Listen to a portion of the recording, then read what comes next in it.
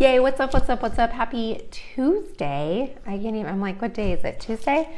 Happy Tuesday, you guys. Hope you are off to a great week. I'm Alexandra Harbushka. I'm founder of Life With Herpes.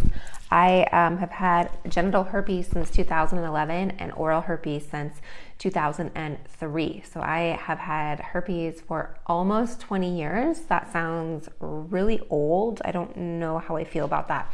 But anyways, I've had herpes for a while now. It's something that I have lived with. It's something I've dealt with. It's something I've cried over. It's something I have felt isolated with.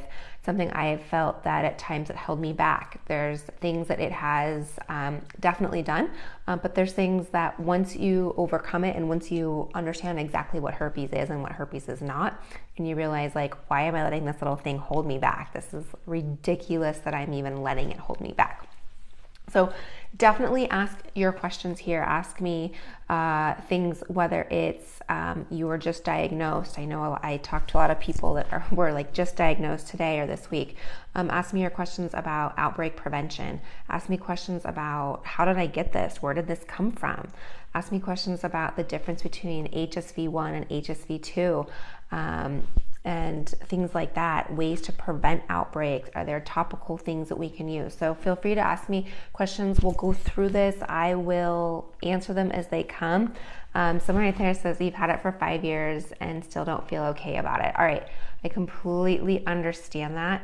I like to call that the Eeyore phase. As we know, Eeyore is I was going to say elephant, donkey from Winnie the Pooh, and the way that he acts is he just has like that rain cloud that's hanging over him all the time. I call that the Eeyore phase of being diagnosed with herpes. I was there for 2 years. It is very isolating. It's very depressing. It is very, I use the example dying on the vine type of situation. Also, thanks for the hearts, you guys. I love seeing that. The light bulb is off. You're struggling. Some of the things that I personally realized with being in the Eeyore phase is, one, I started learning about the statistics about herpes. I actually started learning about herpes, what herpes is and what herpes is not. What herpes is a virus that the majority of the population has. That's what it is.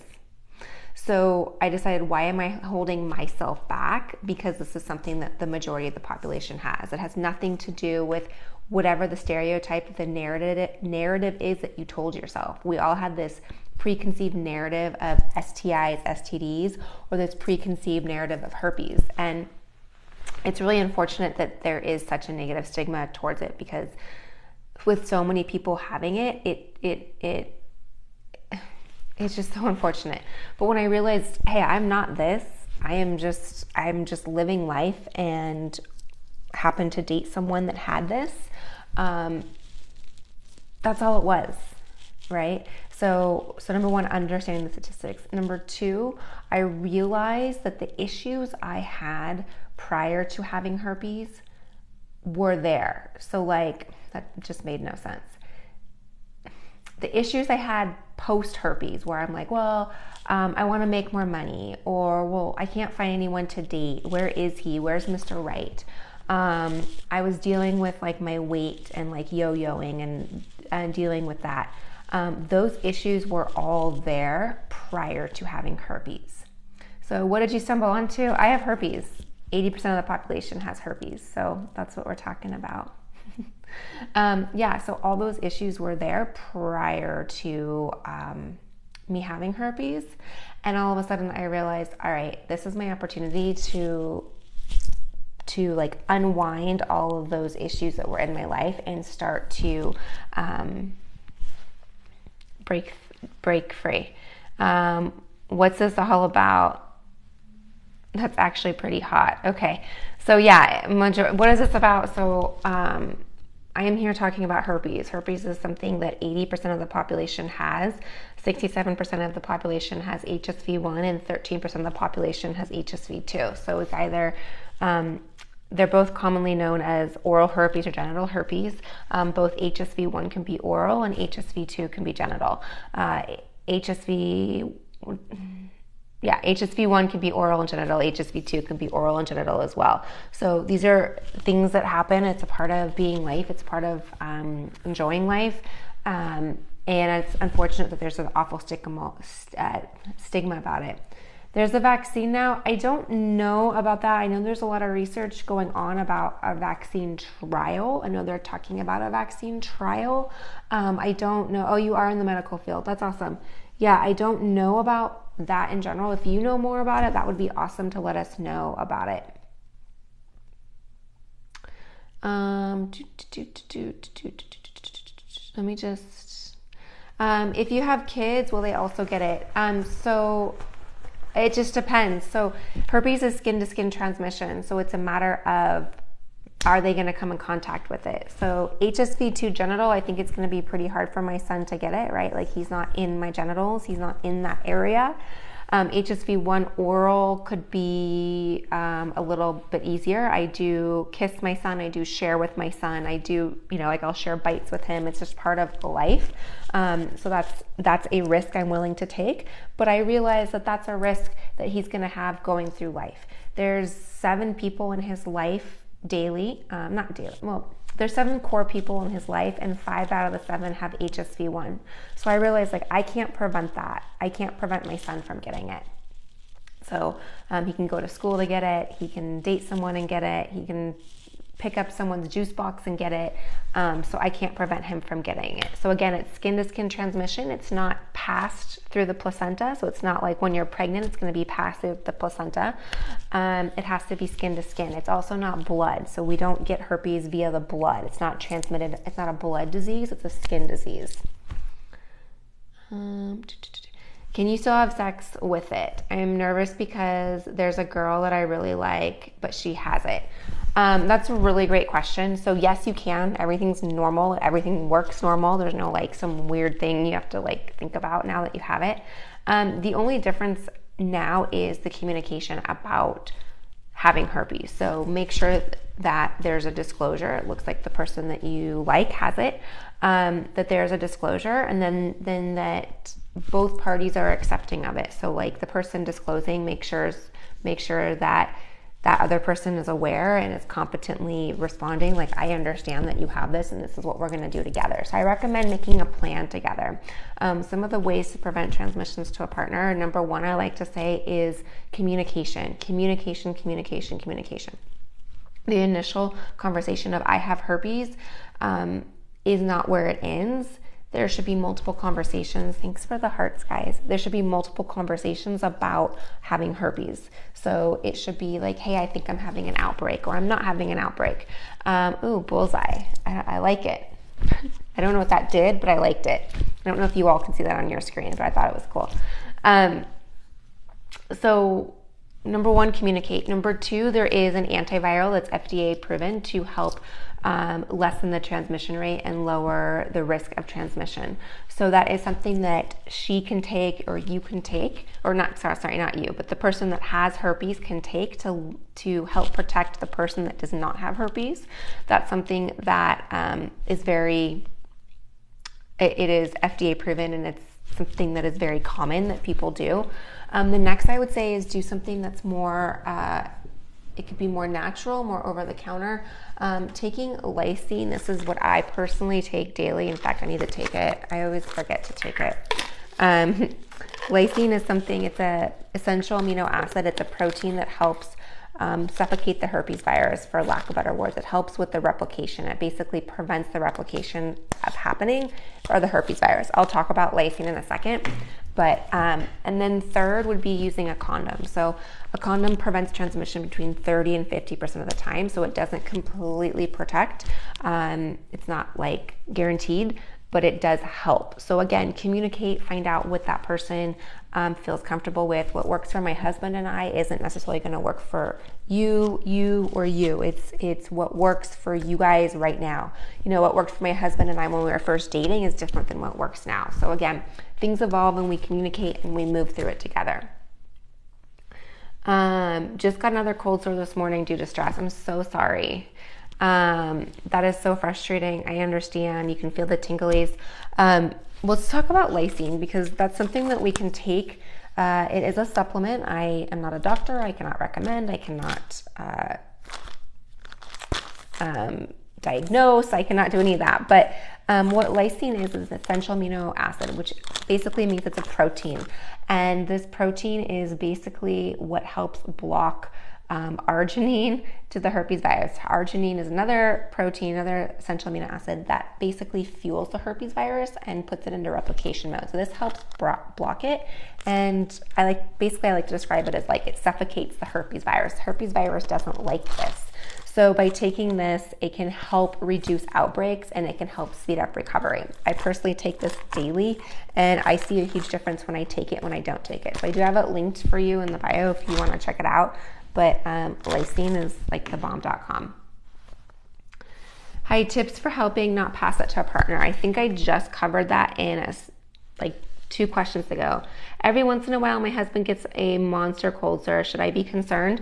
So just so we know that cold sores are herpes, fever blisters are herpes. It can be transmitted via oral to oral, or it can be transmitted oral to genital. So I don't know if I would say concerned is the word, but just be aware. He definitely is contagious when he has an outbreak, but he's also contagious when he doesn't have an outbreak. So there's this thing called viral shedding. I'm sure we're all familiar with the word viral shedding now since 2020, but in general, the herpes virus it does shed just like anything else would shed. And what happens is when that occurs is the DNA pops up to the surface of the skin and we are then contagious at that point. The host, so like myself, your husband or whatever, we have no clue what's happening. So we don't know, there's no signs, symptoms, anything. So we don't know what's happening. Would I be concerned? No, I mean, it's part of life. You've already been exposed to it. So just, be aware of it and try to stay away from it when he has an outbreak. Something about kids. You have kids before or after? I had I have one child and he was born after my diagnosis. So I was diagnosed with genital HSV2 in 2011 and I gave birth in 20. Wow, in 20. My wife and I play a blame game, who gave it to whom. That's funny. That's good. Like what came first, chicken or the egg? Yeah, that's a great segue into we don't always know where it came from. The herpes virus can lie dormant in our system for weeks, months, years, even decades before we get our first outbreak. So unless you're continually getting your blood drawn to check for herpes, you wouldn't necessarily know you have it until you would get your first outbreak. And that's the thing, is the herpes virus is not included in the regular STI panels. So a lot of times people don't know they have it. Is also not tested for in standard STD test. You're right. So that's what I was just saying. So you're saying it's called an R2 vaccine, should be available this year or next year. That's awesome to know about. I would love to know more because I see things, but I don't always know about this. I mean, I shouldn't say it that way. I am aware of the things going on, but a lot of times you don't know how promising they are. My mom had cold sores, as do I. I didn't realize until very recently that cold sores are herpes. Yeah, I know. A lot of people think like, oh, I just get this when I'm sick. So yeah. Haven't had a breakout in 4 years. That's awesome. I'm like, you're doing whatever you're doing, keep doing it. The fact that herpes awareness and destigmatizing it is happening makes me so happy. I know, me too. I don't know how long you've had it, but I mean, I've had it since 2003 and it was not talked about in 2003. Can kidney transplants take lysine? That I don't know. I would definitely talk to your doctor. Find out what is, this is a protein, so I don't know. I don't know anything about kidney transplant. How is that different than Valtrex? How is this different from Valtrex? Valtrex, valcyclovir, acyclovir are FDA drugs. So they are a prescription drug that you get from your doctor that prescribes you the antiviral. The antiviral basically keeps it dormant in your system and keeps it out of replication mode. What this does is this is a natural supplement that naturally helps fight the herpes virus from replicating. So it doesn't necessarily make it go dormant, but what it does is it helps your body naturally fight it, if that's a better way. I mean, what do supplements do? You know, it's like, what's a supplement versus a drug? You know what I mean? You haven't had an outbreak, you were just diagnosed. So I know that's probably frustrating to be like, I have herpes, but I've never had an outbreak. There's a lot of people that are jealous of you, let me tell you.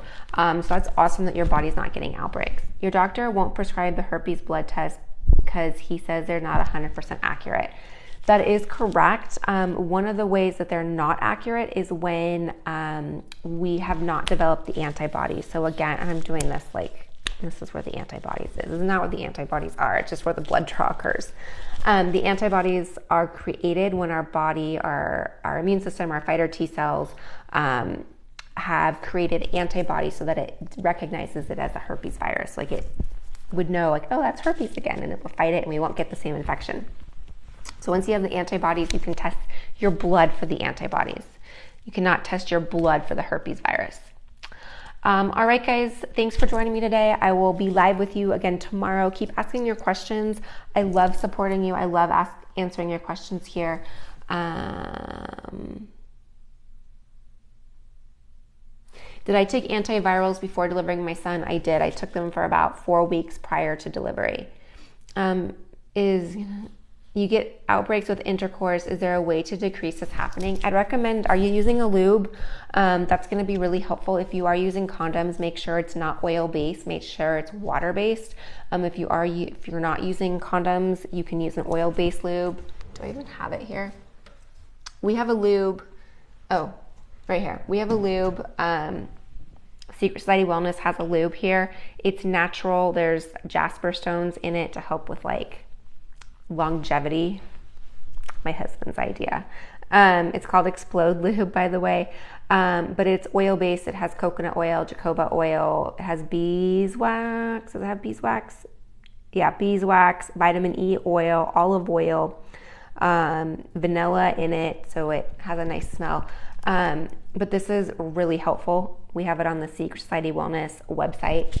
You can check it out. It's linked somewhere. But I recommend using something more natural, and that would help with the friction. Friction can cause outbreaks because it can cause, I hate to use the word trauma with it, but it can, cause trauma to the skin.